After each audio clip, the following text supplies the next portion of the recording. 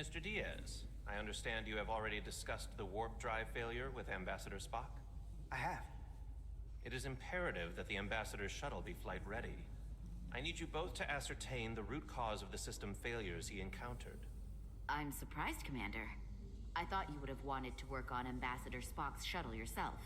I respect the Ambassador and his many accomplishments, but I do not derive any satisfaction from interacting with his shuttle as if it were somehow transubstantiated through its association with him. Especially when I have the entirety of this starship to concern myself with. I am not the chief engineer of this shuttlecraft. The Ambassador asked me to take a look, and I'm ready to crack this thing open. Good. You could learn from Mr. Diaz's focus. I'll take notes. Then I will leave you to it. Make note of any abnormalities in your report. Carry on. It seems like he's warming up to us. Yeah. Even Chovok has to look at that face and know you've earned some real respect. And I have to admit that I owe you one. You were right to make me go first. I don't know what I was thinking. You did the smart thing. You've pulled me out of trouble how many times? Call it even. Okay. At the very least, maybe I can track down that bottle of Saurian brandy you're still on the hook for. But first, we have work to do.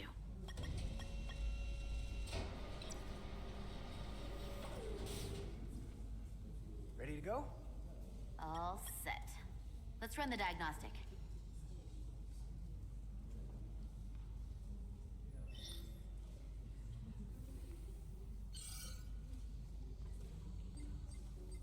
So, I know about your talk with Miranda. You do? She sent me a Priority 1 dispatch right after your conversation. Yes or no, that's one thing. But I can't believe you said you needed to think about it. I did need to think about it. Well, you can't leave this unsettled. It's not fair to her. She was direct with you. Didn't play games. Neither should you.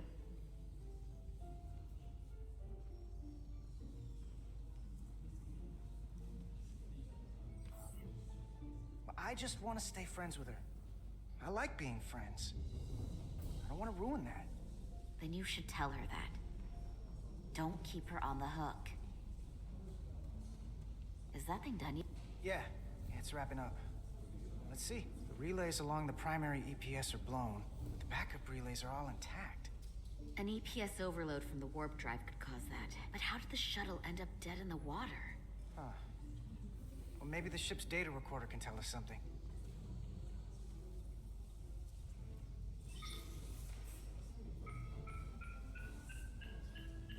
Here. They were only about 8 minutes from their plotted warp point. No faults, just those warnings. What are they?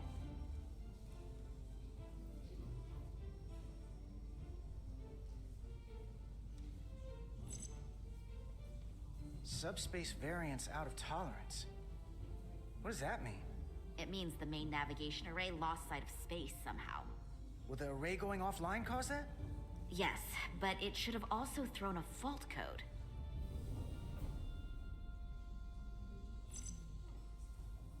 The warp field became inverted suddenly.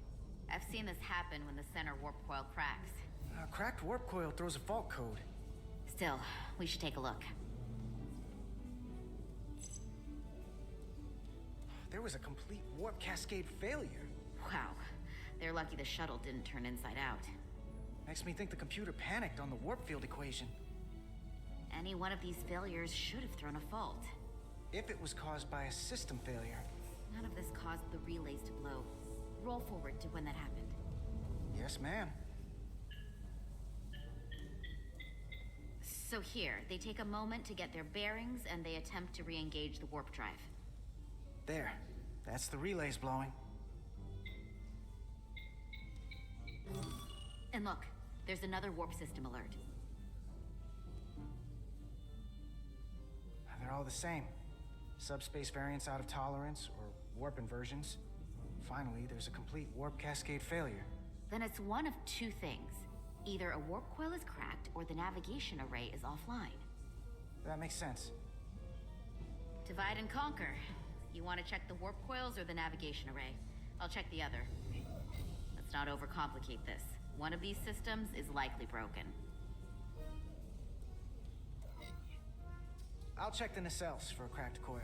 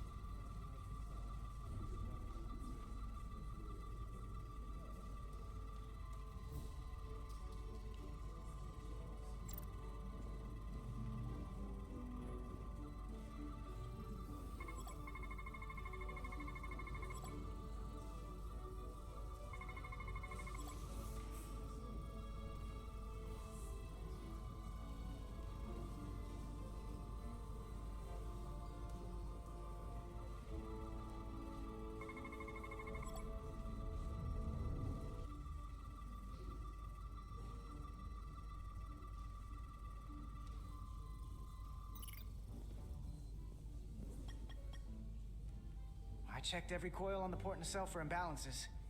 If any coil in either engine were cracked, I would have detected it. So, it must be the navigation array. Except it's not. Checked and double-checked. Well, the readings don't lie. Here comes the security detail for the way team.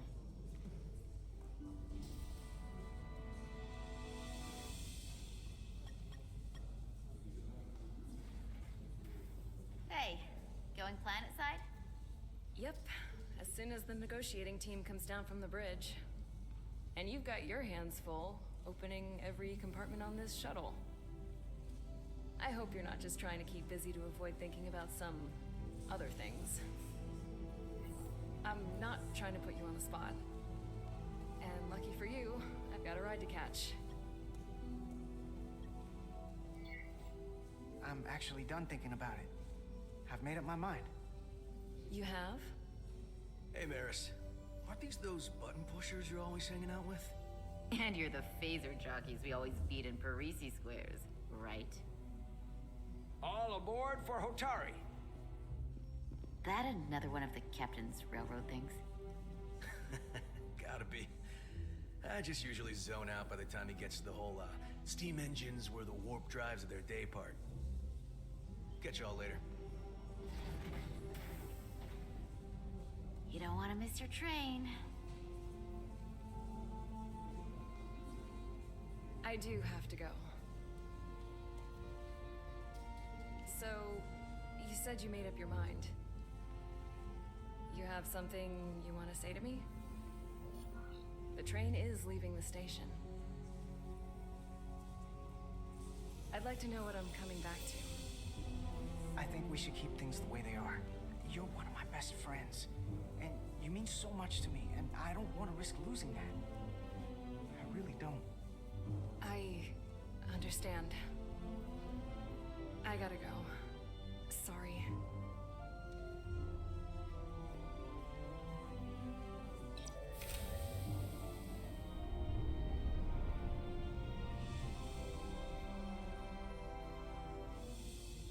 That went well enough. It'll be fine. All right, where were we? So, the warp coils in the navigation array are fine, but the nav computer doesn't seem to think so. I'm out of ideas short of field stripping the shuttle from bow to stern. You wanna take this out of the shuttle and throw it on the bench? Oh, real hands-on maintenance. I like it. Okay, the nav computer is patched into the ship. The ship's computer can double-check our work. If the shuttle's nav computer is putting out false data, we'll know it. Let's run through the shuttle's logs again. Running now.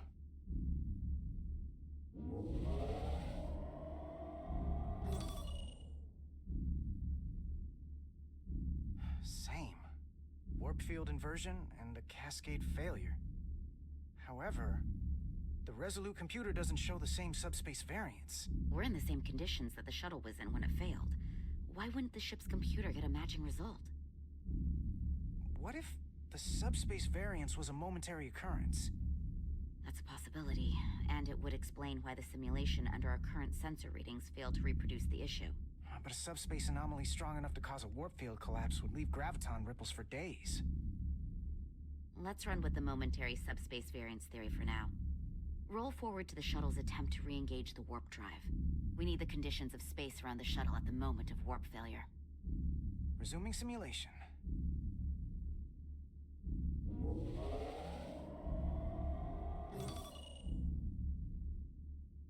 Error in warp field calculation. Cochrane formula variables are out of range. That right there. Take the shuttle sensor data from that moment. Computer, why did the warp field calculation fail? Warp field pressure return non-orthogonal. Results are undefined. That doesn't help. Wait, what if we use a different ship? Put the Resolute into the simulation instead of the shuttle. Yeah, it should warp just fine. Unless... Computer, run the simulation with the Resolute. Resolute simulated. Computer, give me manual control on the warp power. Static field intensity, warp 1.1. 1.2.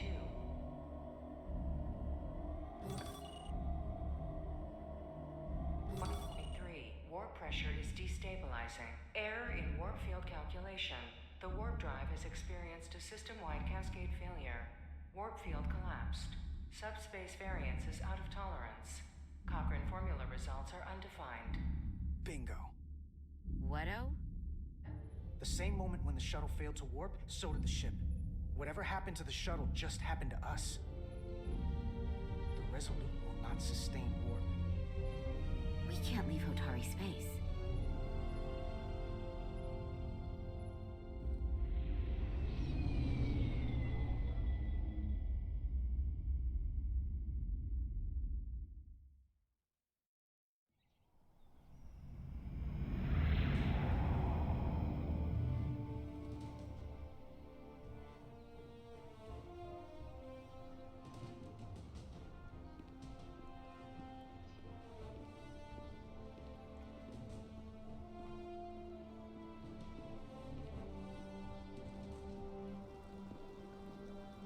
Ambassador Spock, Captain Solano, welcome to Hotari. We are honored you've come. My name is Tylos Altaris, Minister of Diplomatic Affairs. The honor is ours, and this is Commander Jara Rydick, first officer aboard the USS Resolute. You'll find she has a keen mind, and unique insight into the dynamics between the Hotari and the Lydians. We are honored to be here as representatives of the Federation. I'm so glad. These must be the representatives of the mighty Federation. The reigning authority in the galaxy. Or so we've been led to believe. Whether that's true or not remains to be seen. But, either way, we're grateful you've made the time to come to our little corner of the universe. And you are? This is Galvin, and this is Citron, the heroes of the revolt in the mines.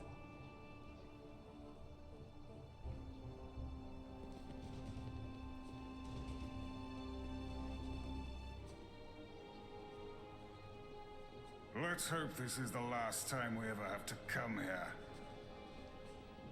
If you'll excuse me.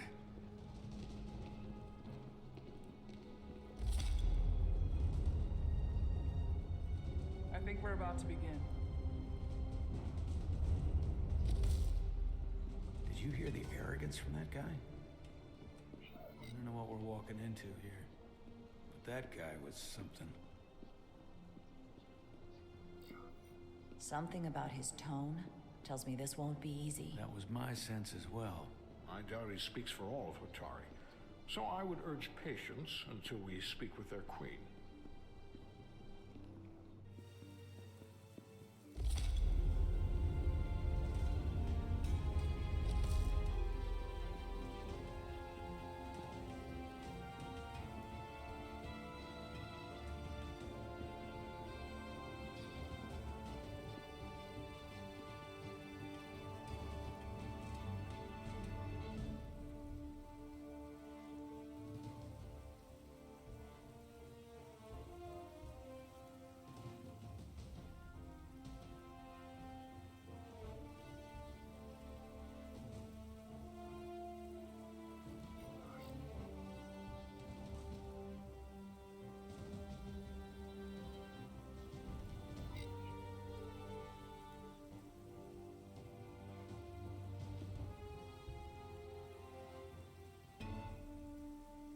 Ambassador Spock, welcome to Holtari Prime. The honor is mine, Your Majesty. That the Federation would send one of their most respected representatives is not only an honor to the Holtari people and their queen, but a recognition of our stature and importance. Let's get on with it, shall we? With all due respect to the Federation and their ambassador, they have no authority here. We are not members of their alliance. We are not subject to their rule, nor yours. We demand the immediate return of all mining operations to Elydian control, as it has been for centuries and will be for centuries more. That has always been our understanding. That understanding has changed. Then you invite war. And if you cannot remain silent, you will be silenced. But his point is well taken. What is the Federation's interest in this matter? Perhaps you would have us trade one oppressor for another? The Federation remains neutral. Our only interest is the peaceful resolution of this conflict. We are here at your request, Your Majesty. For now. Saying this wouldn't be easy was an understatement. I thought they wanted us here. Was there something you wanted to say, Captain? Oh, no. My apologies. And what about the Kobliad? She's not part She of... can speak for herself, can't she? Then let her.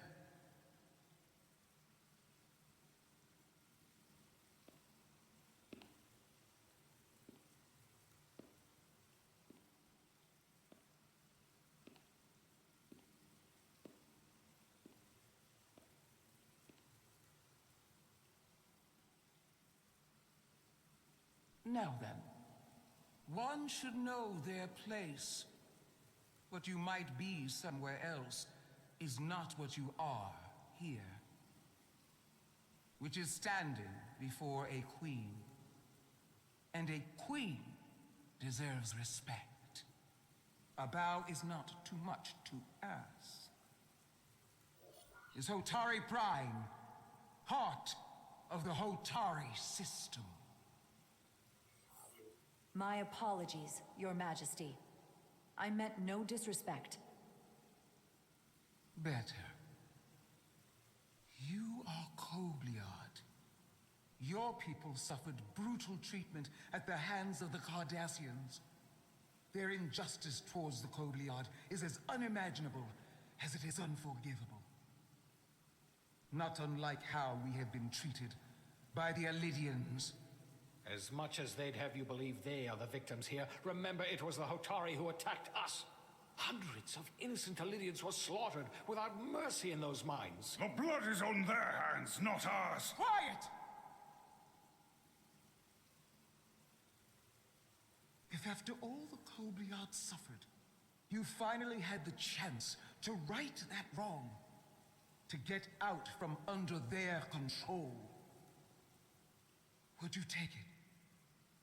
Or would you negotiate a peace?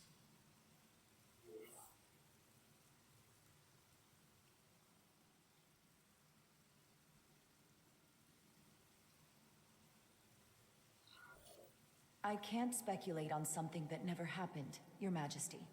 Sadly, that opportunity never came for the Kobliad. No, it did not. But we'd be wise to learn from their example before we too find ourselves facing extinction. The Federation is the most powerful, most advanced alliance in the galaxy. It's widely known we have an abundance of dilithium in our mines. And it's in your interest to secure a steady supply. Your Majesty, if I may. Ambassador Spock would have us believe you're here as a neutral party in the interest of peace. So why are you really here?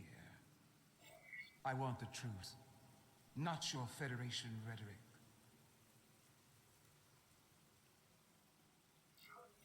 I'm sorry, Your Majesty, but it's really not my place to say what the Federation's interests might be. You are their representative. I am. But Ambassador Spock is better suited to address your concerns. What they haven't said, but cannot deny, is a simple truth. The dilithium trade would not and will no longer exist without a Lydian involvement. We created it for the benefit of everyone, especially the Hotari. We've given them warp technology. We've let them share in the profits. We've made their lives infinitely better than before dilithium was discovered. All of that goes away if the Federation turns a blind eye to their treachery. That is enough of your lies! The Hotari are quite capable of running the mines. We've done so for centuries. So tell me, who deserves control of the dilithium trade and the mines on Tau? Who should the Federation recognize? The Hotari or the Alydians? It can only be one or the other, not both.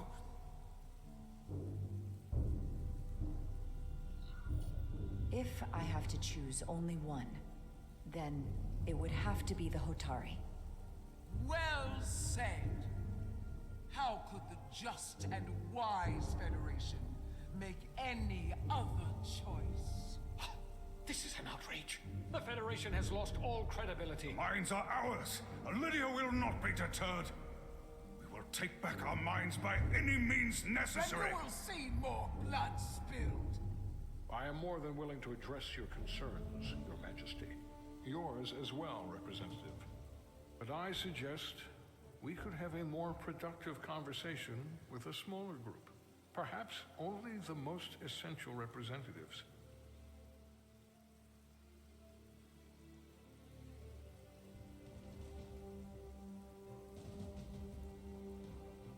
I suppose there is some sense to that.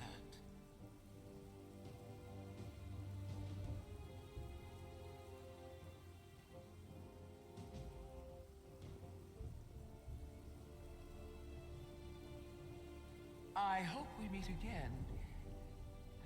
Commander Jara Rydek, Your Majesty. It's been a pleasure, Commander Rydek.